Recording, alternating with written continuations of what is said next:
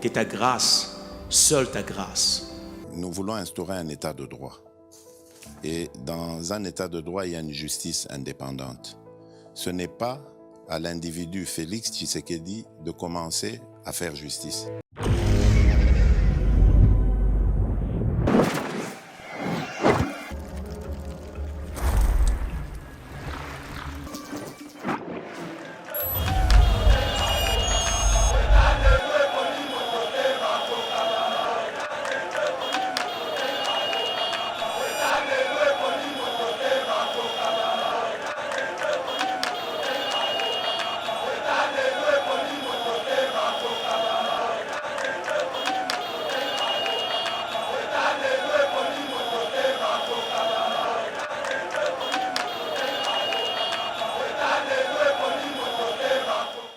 Entrer en contact avec Bro Bio Herbs Cacao. Ce café. C'est un café très important et ça va complément alimentaire. Au regard de plusieurs émissions dans ça la cana côté na volant de temps à autre, fatigue na ba ozo sasir stress za makasi. Et ça ko revitaliser ba muscle, un peu ko longo la fatigue, ko diminuer un peu ba pongi somnola. Ce qui va kumba mutu kape ko travail liboso ba machine. Et ça peut na efficacité pour des grandes personnes dans leurs liens intimes. Et ça na efficacité sans précédent. C'est vraiment un café utile à consommer. Donc et ça on utilise kayango mingi pour des petits problèmes de tension ultérieure. O ba tension kitaka, na ba tension mataka. Yaza ko kende ko stabiliser pe ko pesa niveau ezali puisque azana ka moi sucre na moko tu n'as même pas besoin côté sucre juste au tiède au tiè sachet moko tiè obeti nzoto mangrokoto mpe ko sala makambo kolekata ya wana tambula na ba vidéo va puis entrer à compte.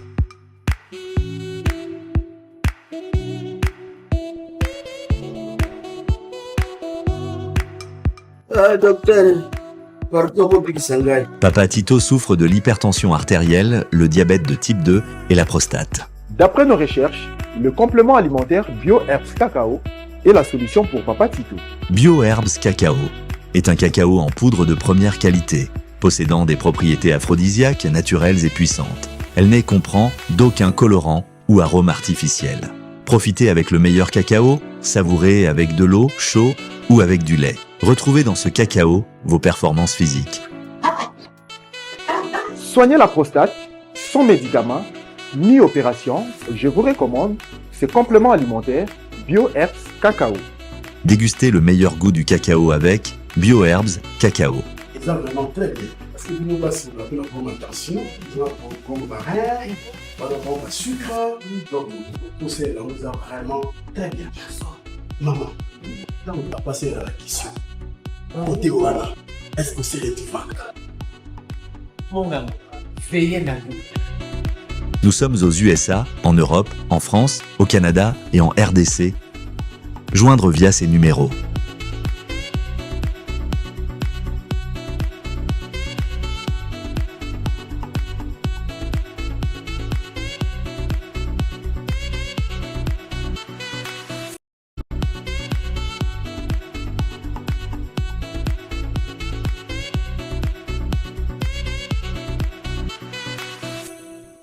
BioHerbs Cacao. Pour devenir distributeur, écrivez-nous sur gmsociety1gmail.com ou en appelant sur ces numéros. Adresse Kinshasa, 17 rue de Marais, Kingombe, à côté de DGI. Mbote, Bandeko, Balandi, Yeba TV, spécialement, il y a émission Nabino Bolingaka, Makasi, vraiment, éveil patriotique.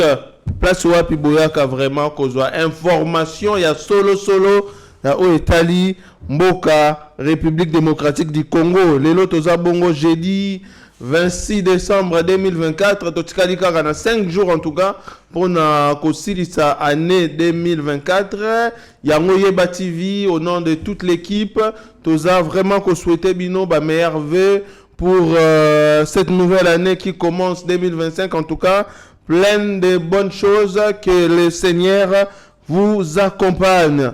Nazanga Mokote na plateau Bandeko, Nazana Abe Chole, ye ayaka soki actualité eza penza ya koyinda na yango wana actualité eza ya koyinda bandeko tokobeta lisolo ya este ya mboka na biso République démocratique du Congo monter en puissance ya ba FRDC na ebisi bino bandeko ba M23 bazali ya kosambwa makasi ebele bakangami baza na maboko ya ba FRDC na ngonga oyo na koloba na bakonzi na bango pe baza en panique bandeko. Chef de l'État au Kasaï central, quel a été le bilan? Il y a passage na d'abord na Kananga Bokoyoka Masolo Oyo Tokobeta na émission ya Lelo Ndeko Abechole. Bonjour et bienvenue sur Yeba TV. Merci beaucoup DG Shadrack, merci bandeko nyonso bazolanda biso partout mokili mobimba. Sans nous 4000 abonnés balandaka pona oyeba makambo ndeni za koleka wana na monipe madame Julie Bambi pourquoi pas madame Rachel Dillier partout bokolanda biso libanda pe na kachamboka tozawa po topesa ba information ya solo pe ba joyeux Noël pourquoi pas ba bonne nouvelle 2025 déjà d'avance na ba partenaire nyonso balandaka biso.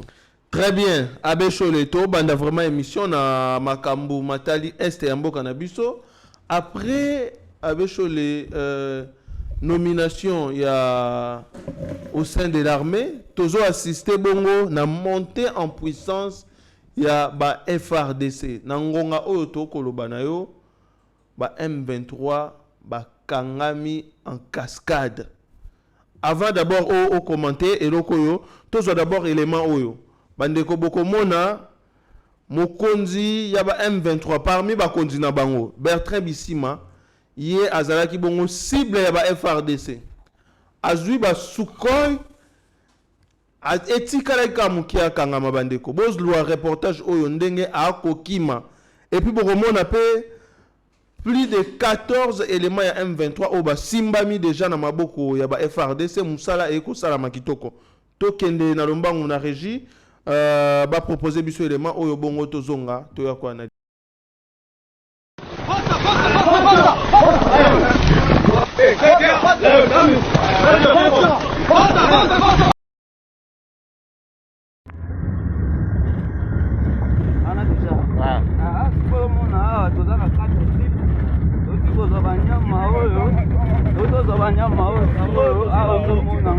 courage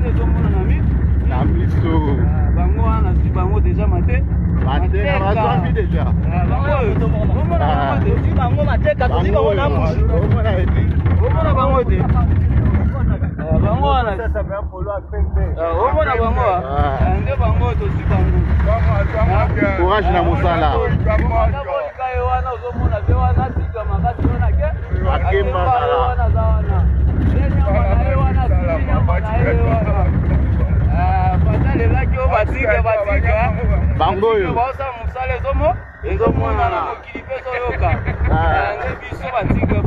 courage na musala courage na musala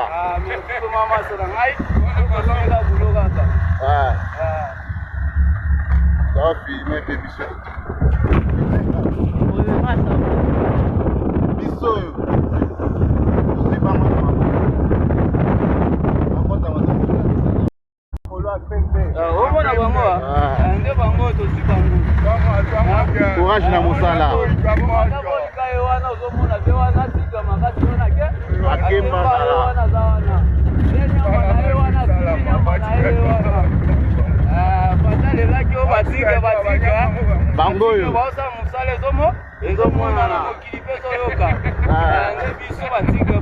courage na musala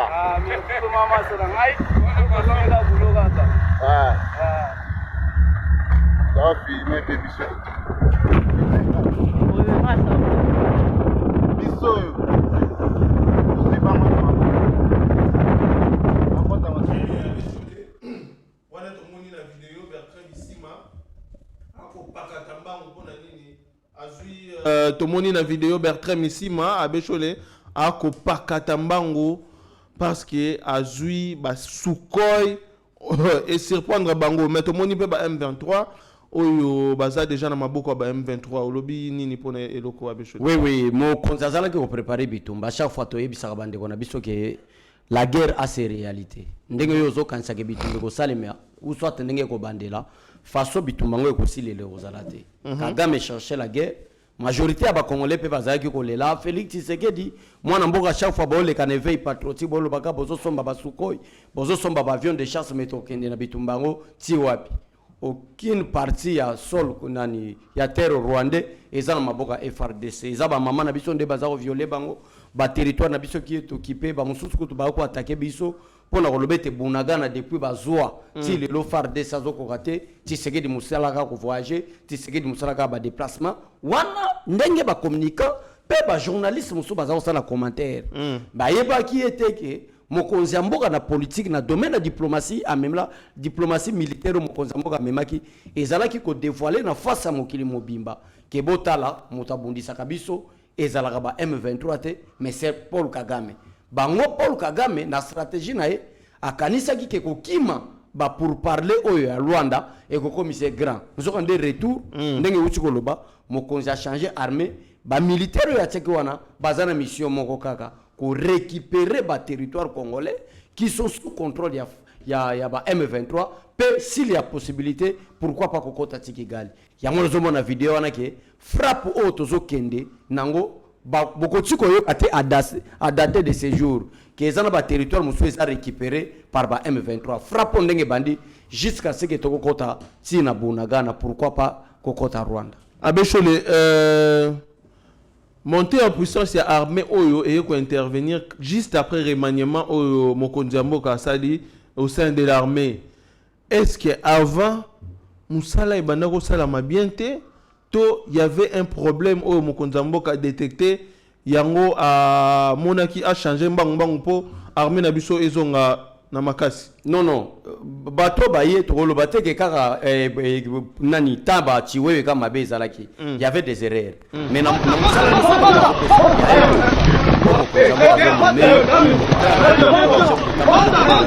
Isa osale la biso musala tel ce qui musala ba moni osalité c'est-à-dire contre sili baluka muto azala capable ko sala chiwewe nous avait promis bitumbe ko zala to ko betel to boto na bamboka to ko kende par rapport ya bato ba DG Chada pour anticiper au moins que nazo landa même nani décision ya général Pacifique Massunzu qui est le commandant première région militaire place bitumbe sale makuna zela oyo ezala ki ko sala ba bitumbe belé ya Ruchuru Goma est bloqué non par rapport à M23 mais par rapport ya général Pacifique Massunzu donc c'est-à-dire ba trafic wana moya ko sala mezate pourquoi parce que FARDC zalomata donc ça qui problème il y a les bosses qui diplomatie et ça qui ko lia biso temps c'est le fait et ba négociation moyen to kende na précipitation ezala gité ya mi balé cahier de charge o ba pesa ki pe batwana to mona ki ke zaki réaliser te nde ya ngwana changement koti ba résultat ya ngwana bande ko bana mona bango moko muta tromper binoté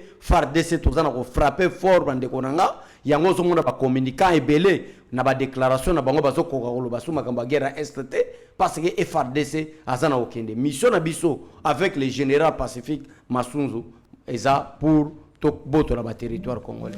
Très bien abechole utukolo ba ndenge ba FARDC ba bandi boye ti ba ko récupérer bunagana voilà abechole ngana otoyebi makambo ndenge le gagana est-ce qu'il y a solo vraiment ba FARDC ba ko bundisa munguna tina suka c'est vrai que lelo ba bisimo ba komi inquiété ba nanga bazokima ba makengo pe na moni baza très inquiété par les FARDC mais ba tuana ba kozonga simate ya bechole baza ko préparer réponse na bango est-ce que tokoyoka soute que oh non bazui village boye bazui localité boye ba envahir secteur boye non DG Chada erreur wana oyebate lelo FARDC soko comparer parce que l'ennemi commun il y a parti à est République démocratique du Congo c'est le Rwanda les autres sont sali comparaison il y a ba force oyo FARDC azali nango par rapport à l'armée rwandaise au moment qu'il n'y a pas match Fachi a eu le temps ya ko organiser armée Donc berero bomonaki dans le passé ezalaki bata mususu communauté soit l'OTAN soit l'Union européenne bazalaki kosala lokola kosakana na biso na ba cesser le fait à bidon pendant que nous étions sous cesser le fait pour que tokende négociation moko oyoka ke kibumba babotolaki oyoka ke Rubero babotolaki mais lelo je crois bande nyonso que ça soit opposition baza d'accord na émission toko sala nayo Rubero o ezalaki cible na bango pour que bakota na Goma na mona kuna histoire ezali sauté donc c'est-à-dire tozalaki d'abord na armée te wana congolais nyonso faye bango armée ezalaki te pendant 18 ans Mobimba Joseph Kabila azaki na bagarde républicain pour protéger lui sa famille et ses autres armée et bandi kozwa organisation na budget nango pendant que Tshisekedi a côté pouvoir 2018 yango wana pesa biso temps pour tout se préparer mais nenge to bandi ko avancer awa ti to ko sala émission lobby to ko sala lobby kuna to yebite une semaine 2 semaines par rapport à disposition ya ba matériel homo konzambo kati par rapport à organisation pe à commandement ndenge changer to yebite après 2 semaines ba FR des ça je vous assure erreur moko sala masoute. Très bien Abeshole nalinga ki tozwa déclaration ya cardinal Ambongo voilà. Parce que yé pas sali lecture na ya makambu ya este ya makambu tali mboka na biso République démocratique du Congo. Cardinal Ambongo alobi boye Abeshole notre pays ressemble à l'enfer sur terre avec une population complètement abandonnée.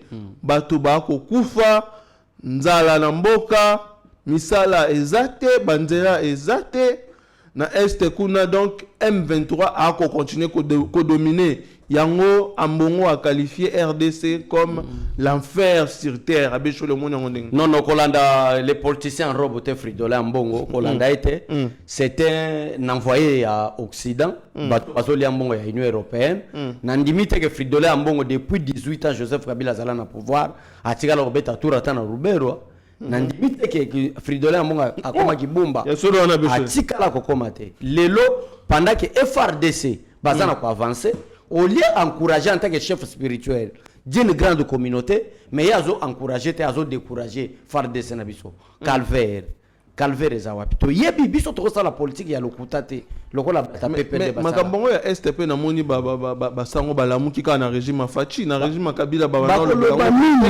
na régime Kabila ba kolobani. Régime Kabila ba M23 zomona ba komati na Goma. Et Goma a été récupéré non par rapport à la force, par rapport à une déclaration à l'époque c'était président Obama. To tikala ko fanda awa to yoka ta cardinal Ambongo te, même Donace Chiole, même Senko d'une manière générale, basa la déclaration pour le baki Goma koyi, Goma ville à Goma et koya panda Kabila. Ville à Goma. Ba beni ezagi na maboko ya bapaya. Mais le pendant Félix Tshisekedi sana ko organiser armée na biso pour que aventure oyo ya bitumba ba Rwanda basala na partie est ya République démocratique et si là tala ba déclaration un pasteur un berger cardinal le responsable numéro 1 de l'église catholique au lieu pour encourager mon konzamboka depuis ce coup d'état Simon Mboka 2001 l'armée n'a jamais été organisée l'armée était toujours sous l'embargo bitumba moyo to gagner ça l'armée était toujours infiltrée les lois na bitumba nyonso ko konza gagner en dehors il y a diplomatie en dehors il y a infiltration o ezalaki ko ranger FARDC mais mo konzamboka sana ko sala été a tieba commander à solo na ba unité à makasi pour que to banda ko récupérer ba vidéo pe ezali ndenge FARDC sana ko bunda ndenge FARDC bazana ko gérer pour na récupérer ba territoire na biso et voilà c'est maintenant Fridolin Ambongo zobima pour na ko loba été calvaire te ezande mokonzi mboka aboyi kokota na ba négociation na bango ezali que Fridolin Ambongo ba lié mbongo ya Union européenne pour balkaniser la République démocratique du Congo et que Félix Tshisekedi alobi ki ata 1 cm mabele na biso to côté kangote tala ba propos ya ba serviteur de Dieu likambo kolia mbongo ya Beshole de plus en plus c'est comme on ampleur ya makasi ya Beshole parce que Fridolin Ambongo tant Jean-Pierre Bemba bimi na média sali déclaration que basango bazwaka ils sont financés par l'état congolais na ba diocèse nyonso tout ya mboka na biso Ambongo aleka na télé pour démentir yango mais lelo to moni na kananga basango basali déclaration ba ko féliciter chef de l'état to kango nanu régie proposer biso élément ya basango na kananga ndenge ba ko féliciter président de la République na ndenge aza ko continuer ko financer ba diocèse nyo surtout ya mboka République démocratique du Congo. La réalisation de plusieurs œuvres sociales par tous les diocèses de notre pays grâce au financement du trésor public. Et ceci est une première dans l'histoire de notre pays.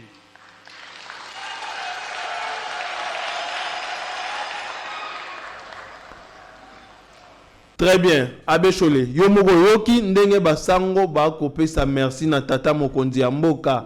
Mais koyoka mbongo ako wanga na makambo yo, c'est que topesa Jean-Pierre Bemba raison. Jean-Pierre Bemba a totalement raison. Na ba propos oye asimaki. Abomba kita. To sala ka émission non na ebisa ki o clair Jean-Pierre Bemba zali membre du gouvernement a participé à na conseil des ministres. Si aye ko lobayete bazwaka $1 million ya wangani. Mais tozo c'est la paix rapport à IGF. IGF a ebisa biso ke non asengi asala rapport à enquêter na ba dossier na musala salema mbongo bimato bimate. Jusqu'à présent nous attendons to mona muyibi na bango ya donation chole na fridola mbongo comment est-ce que ba créer même école fictif pour baler ba mbongo. Des gens qui sont irresponsables bato bazana ba irresponsabilité na bango mais bazo ya ko embêter bato ba ko bunda pona mboka. Awa to sengi vidéo bino moko bandeko ba congolais partout boko landa biso tala bevek ba bandi d'abord ko reconnaître que maloba o Jean-Pierre Bemba lobaka ya chaque diocèse ozoka 1 million za solo to féliciter chef de l'état malgré le coup à Fridolin Mbongo qui est le cardinal mais biso na diocèse nganga nous remercions le chef de l'état parce que Mbongo wane komaka nde ya ngwana to so bongisa ba Caritas nde ya ngwana to sunga ba Felina nde ya ngwana to sala ba remercier chef de l'état mais Mbongo akoyi ko remercier chef de l'état te lui c'est son problème et zalina niveau ya est là où ba pillaka ba minerais les minerais du sang ba ko violer ba maman na biso après avoir pillé Fridolin Mbongo za na kota nae pour embrayer le chef de l'état pour na obebisa makambo. Est-ce que un évêque ou un cardinal qui a reçu une bonne formation professionnelle bakouri ya psychologie ya philosophie bazu ya makasi un patriote aza cardinal akosala ba déclaration wana? Aujourd'hui, nous sommes violés par l'armée rwandaise. Nos mamans, nos richesses sont pillées par l'armée rwandaise. Et ça, par rapport à l'organisme international, nous a prouvé que le Congo est attaqué maintenant par les Rwandais.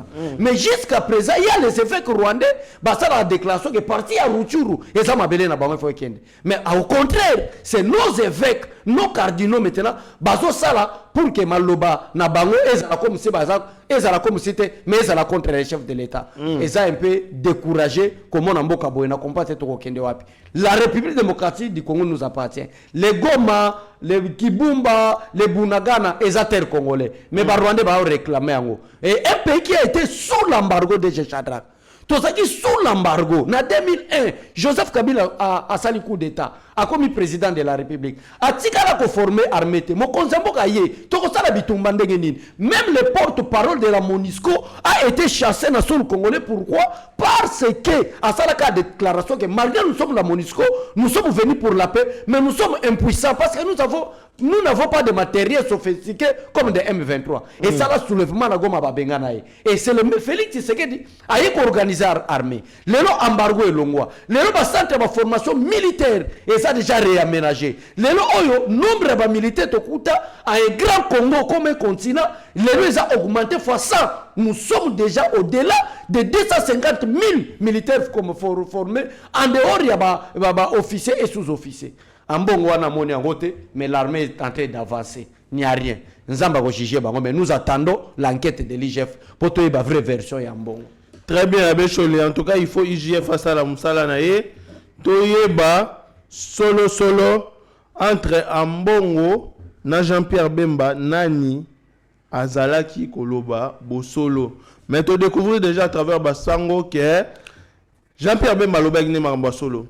Mais IGF a salara Moussala pour que confirmer, vérifier à vérité ebima batutu baye bake basango bazako tromper population bako tromper ba fidèle ya église catholique. Abécholé descente ya chef de l'état na Kasai central population a réagir makasi mais ba notable pe ba réagir to kende to analyser ngo malembe na ko senga d'abord na régie élément moko wana eza notable ya Kasai Central Topenka Bongo Mukengeshai qui est l'actuel questeur ya Sénat yé a réagi ça qui bongo na meeting oyo chef de l'État à Salaki na ville ya Kananga tokende na régie tozwa élément ya Topenka Bongo Mukengeshai après to ya kozonga to analyser yango abeshole.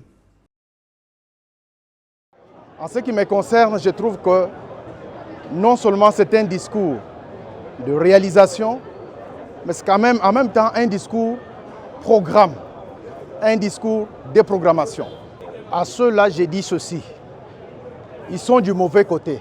De l'histoire. De l'histoire. Il est temps qu'ils viennent derrière nous. Ceux qui n'ont pas réalisé en 18 ans, nous, en peu de temps, on l'a fait. Il y a des bases solides que le plan de la République a déjà mis en place. Quand il vous parle de la gratuité de l'enseignement, de la santé universelle, quand il vous parle de l'amour et d'une union et de la paix, ce sont des fondamentaux pour qu'un pays se développe. J'ai dit à ceux-là, à mes frères de cette province, qui sont là pour diviser, pour nuire, qui sont du mauvais côté, il est temps qu'ils viennent derrière des chefs d'État pour pouvoir réaliser tout ce dont on a besoin dans cette province. Non, en ce qui concerne les chefs coutumiers de ma province, il est temps de mettre un terme à ces conflits qui nous ont tant tués dans cette province. Le président lui-même, il l'a signalé. Ça ne date pas d'aujourd'hui. Maintenant, il vient avec un message fort en donnant un exemple palpable de chute Katende. J'ai été avec le chef de l'État en ce qui concerne les chutes Katende et on a vu ce qui s'est passé, c'était anormal. Il a lancé un appel. La chute qu'on va y réaliser là, ça ne sera pas seulement pour le fils de cette province. Ça concerne non seulement le Kasai central, mais ça concerne tout le pays tout entier. Il est temps que nos chefs coutumiers apprennent à ce que nous devons nous mettre ensemble. De s'aimer l'amour, de mettre de côté la mésentente, la jalousie et de distiller de mauvais messages qui font en sorte que ça reste de génération en génération. Il est temps maintenant, je leur demande et je leur parle à ma langue. Bobo moi, mboulobo, baleke la kushifa ngana. Boalu fadi ba shifa ngana, ba di majmija, bana babu ba mukana. Très bien. Abbé Cholé, to landina yo analyse ya sénateur Topenka Bongo na o Etali Bongo discours ya chef de l'État. Il y a lobby Bongo que c'est d'abord un discours programme parce que le chef de l'État azana souci à ko bongisa makambo. Un discours programme. Le chef de l'État a eu pour prêcher unité. Oyebi na Grand Kasai d'abord, et il y a quelques individus qui ont semé division. Bango politique na bango ils ont divisé pour mieux régner, divisé pour affaiblir le pouvoir, la vision du chef de l'État. Mais comment la réaction, il y a sénateur questeur Topenka Bongo Mukengeshai qui ne prêche que sur l'unité, à Yesu qu'on rappeler le peuple kassaïen, qu'on rappeler Bana ya Kananga la division d'abord à Bécholé. Ouais, félicitations on a message à chef de l'État, message et encouragement parce que bandeko na biso ya Kananga et lo kezo préoccupé bango d'abord eza Shitakatende. Shitakatende ezali nzela kalamba mbuji. Nzela wana et quelques voiries. Et quelques voiries de la ville de Kananga. Ils ont troublé ba érosion, voirie vraiment sa normalité. Ils ont enquêté. Bandeko ya Kananga ba monaki comme si ils étaient abandonnés. Maintenant discours wana sengeli za la discours comme dit le notable et questeur du Sénat, Topeka Bongo discours il y a reprogrammation, discours de programme pour que bandeko Kananga va s'assurer qu'il y aura de bonnes choses qui vont commencer à faire à niveau de Kananga. Le Congo n'est pas seulement Kananga, le Congo n'est pas seulement Kinshasa, le Congo est très vaste. Et le président de la République n'est pas seulement le président de Kananga ou de Mbonjima ou de Goma. Il est le président de la République démocratique du Congo. Tu as le message. Au Yébibe que Kananga, ils ont fief ya Topeka Bongo, Batmusu Bayaka, qu'on a diabolisé, qu'on pense à Bango. Du fait que le chef de l'État veut prêcher l'unité, topeka bongo l'homme providentiel nde akiti apprécier unité même na ba chef coutumier félicitations na keste topeka bongo ba message aboye nde tozolinga po totombola mboka na biso. Très bien, Abbé Chollet, c'est vrai que les discours du chef de l'État aient quoi apaiser mitema ya banakananga, mais il faut quand même le dire, Abbé Chollet, la population ya Kananga baza kolela makasi. La population ya Kasai central baza kolela makasi na o etali ba réalisation na fief na bango. Route Kalambambouj. Bakolela mai ti lelo baza kolela courant baza kolela makambo ya shit ya Katende jusque là ezo sila kakate misala ezo sala makakate Abbé Chollet na yango population ya Kananga balingi bayeba problème eza na niveau ni qu'est-ce qui bloque aujourd'hui par exemple makambo etali shit ya Katende Abbé Chollet. En tout cas jusqu'à présent na ba information to yebi bazaka na étude de faisabilité. Mbongo ebima soki 6 millions. Mais mbongo ebima comment bazaka na étude de faisabilité? Oui, depuis le programme ebima que ça soit Chita Katende DG Shadrach, que ça soit Nzela Kalambambouji, bazaka na étude de faisabilité. Donc imaginez-vous mbongo ebima déjà 6 millions. Na 6 millions ebima oyebi eza pona nini? Bakende ko kataka bazambo ezai tout autour à Chita. Uniquement. Osomo na problème zo boma Kasai. Problème zo boma Kasai central, c'est d'abord les fils, les notables. Ya fils ya Kasai bango moko. Bazana kere ya motema wana lokola o batopeka bongo bazana ngote. Tozana na topeka bongo par ses propres frais. Unité ebike ici à Kananga, ezana problème au pire maya komela pona bandeko nanga tala ba chantier sala. C'est ça le problème. Et mongo zobima pona na ko construire Chita Katende ko sala Nzela Kalambambouji bambongo ebima babanda nanu ko yebisa mokonza mboka mbongo ebima mokonza yaka lubato obandango akitati kuna ezana niveau nini ba matériel nini za déjà Shadrach na ko révéler ka parce que Kananga ça fait partie moko ya ba province ya République démocratique du Congo. Donc je suis obligé de parler aussi de Kananga malgré je suis de Kikwit.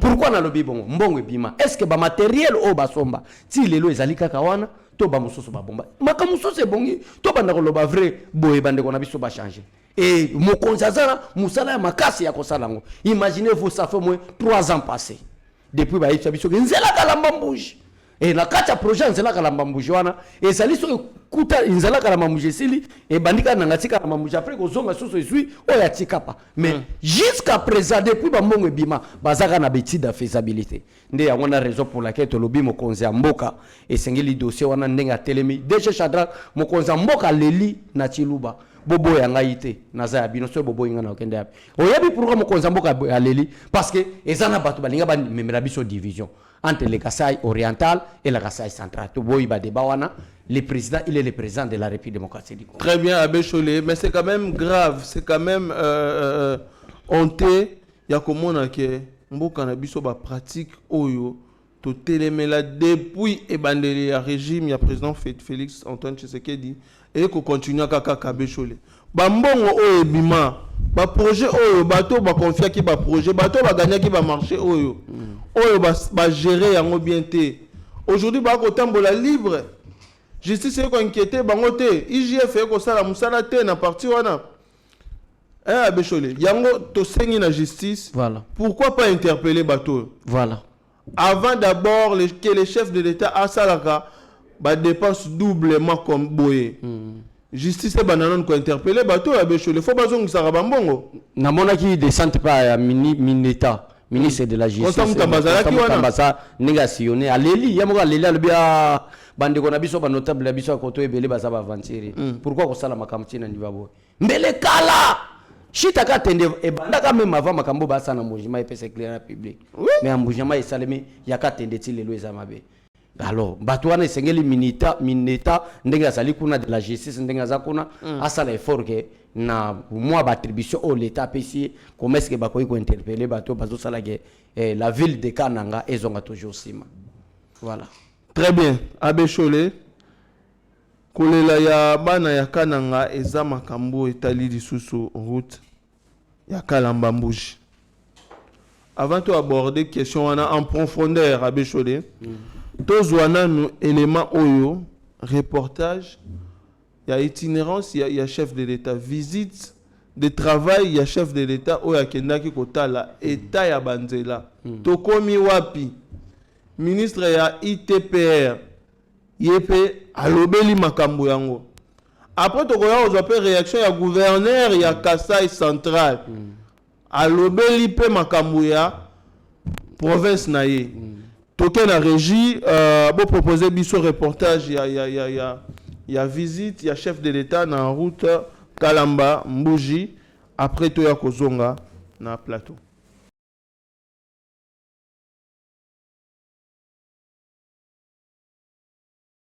Au sujet de la route Kananga-Kalamba-Mbuji, tout a été dit sur les travaux de sa réhabilitation. Le président de la République a ainsi consacré l'après-midi de la journée de nativité à l'inspection de cette route dite de l'espoir. On l'appelle route de l'espoir et même route du salut.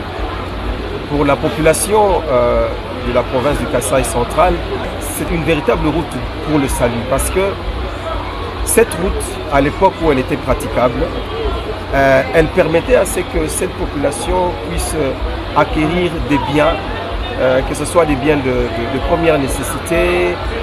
L'essentiel du coût de la vie était assez bas. Le chef de l'État, Félix-Antoine Tshisekedi Tshilombo, a parcouru 25 km sur la route nationale numéro 1 jusqu'au village Matamba, qui constitue en même temps le point de départ de la route Kalamba-Mbuji, puis s'est dirigé vers l'usine de Concassage, site de production de gravier et de béton armé. Tous les détails de son fonctionnement ont été donnés au président de la République. La base de vie des entreprises chinoises était la dernière étape de son inspection. Accompagné du ministre des Infrastructures, Travaux publics et Reconstruction, le chef de l'État a vu le premier tronçon asphalté de la route Kalamba-Mbuji et a reçu d'amples explications des entreprises chinoises ayant repris ces chantiers depuis le mois de septembre de cette année. Interrogé au sujet de l'évolution des travaux, le ministre des ITPR, Alexis Guissaro, a annoncé que d'ici juin 2025, les 230 km de la route dite de l'espoir seront rendus praticables en attendant les grands travaux d'assainissement et de la pose des bitumes. Nous voulons rassurer la population que cette route va être réalisée. Et nous prenons rendez-vous avec la population du Kasaï central en juillet 2027. Juillet 2027, ça veut dire à peu près dans 2 ans et demi, ces travaux seront totalement achevés, c'est-à-dire que la route sera bitumée.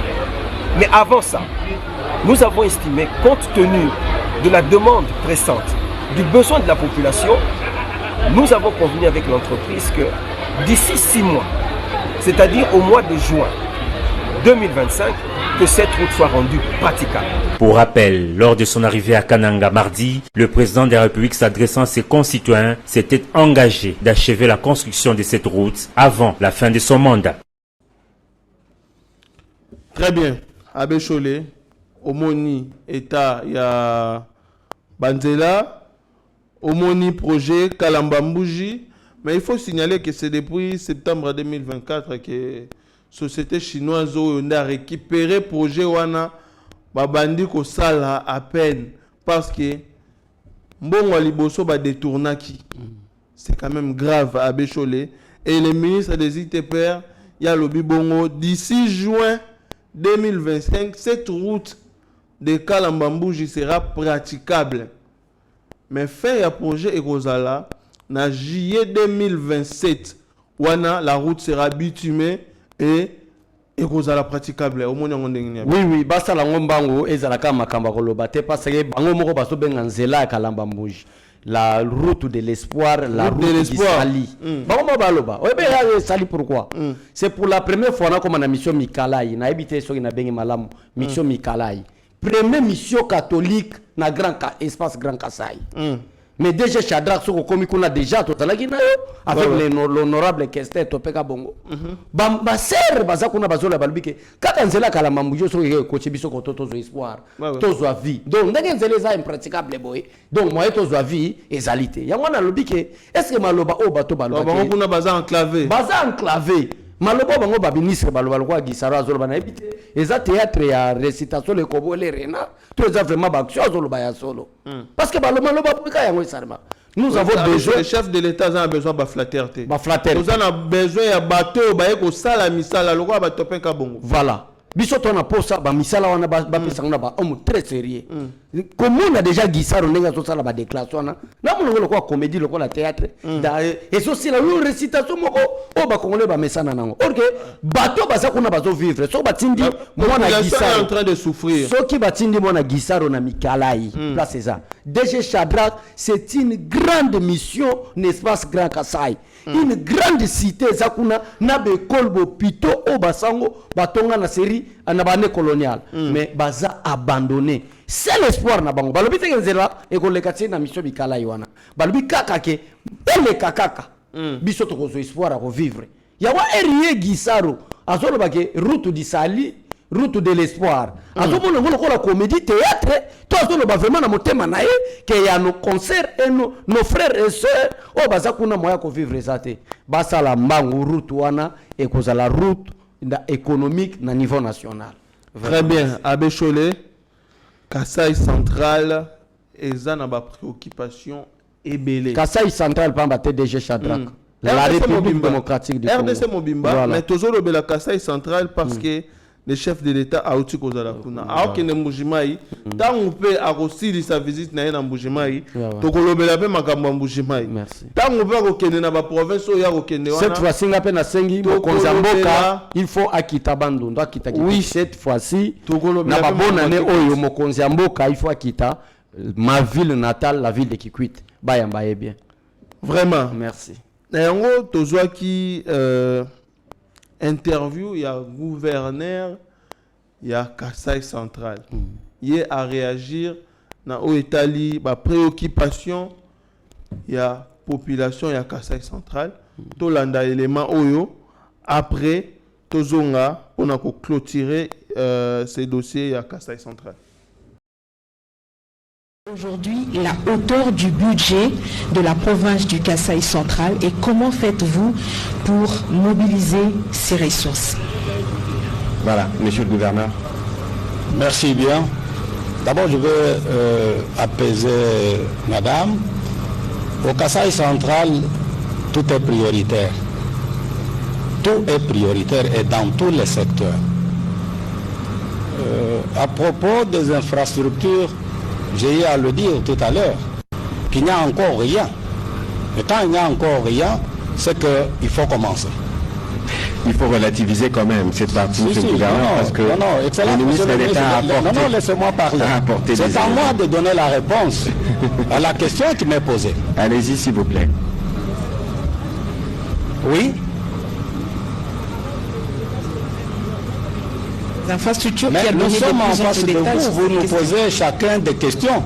Je vous en prie. Et j'ai la latitude de répondre et de donner des éléments de réponse aux questions qui me sont posées. Je ne veux pas répondre aux questions de son Excellence, monsieur le ministre d'État.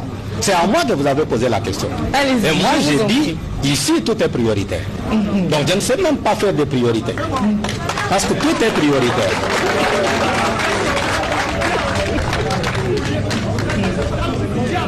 Ici, et vous avez senti ça, la population a parlé. La population a communié avec le chef de l'État. Et la population a dit, nous voulons la route de Kalambambouj. La population a dit Zembo, ça veut dire le courant. La population a dit Maï, ça veut dire de l'eau. La population a dit voirie urbaine. J'ai commencé par dire qu'il n'y a pas de voirie ici. Il n'y a pas de voirie parce que nous avons deux offices qui n'existent que de nom. Je le répète et je m'assume.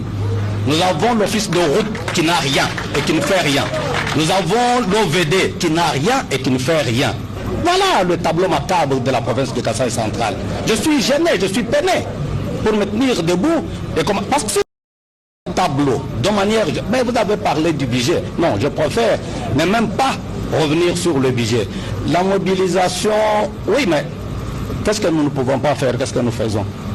Là, je préfère ne pas ouvrir le débat. Mais je vous dis tout simplement, madame, qu'ici chez nous, tout est prioritaire. Et qu'ici chez nous, nous sommes une province totalement abandonnée. Laissez. Pourquoi? Et il n'y a rien ici. Merci beaucoup. Voilà. S'il vous plaît, je rappelle... Très bien, cher professionnel du gouverneur Yakasaï central. Pour les gouverneurs, priorité Ezakaka, Kalambamboujité, Kananga, Kasaï central, tout est prioritaire à Bécho. Les populations à Maïté, population à courante, la province est totalement abandonnée. Wana maloba gouverneur. OVD, bazo sala et le côté. Gouverneur Office de route totalement inexistant. Le numéro 1 de la province c'est qui? Le gouverneur a zolé là que. Mais province c'est produire. Rétrocession de cette côté le gouverneur. Gouverneur a zolé bazo nommé azana mbongo te mais roya sutrasombi ba mapong na ma campagne mais pour na kacha sai ba souffrir. Est-ce que santé oya côté ina oya commune na weza moko ndenge nini ya vimbi population kondakasi. Il n'y a pas de taxes. Même ba moto nakananga basenga bango ba taxes. Banzela la cause à bambon. Donc quand on a négocié à 10 000 $, quand on a fait une moitié de babongo. Mais en attendant, on a fait un service générateur. Oh, ils ont cotisé ça bon. Tout ce le coûta. Il y a dans la province de Chadrak. Il y a les domaines du gouvernement central. Il y a aussi des domaines du gouvernement provincial. Donc c'est-à-dire, dans le domaine du gouvernement provincial, on va se recharger en Okagate et Tozo Kemba. Non.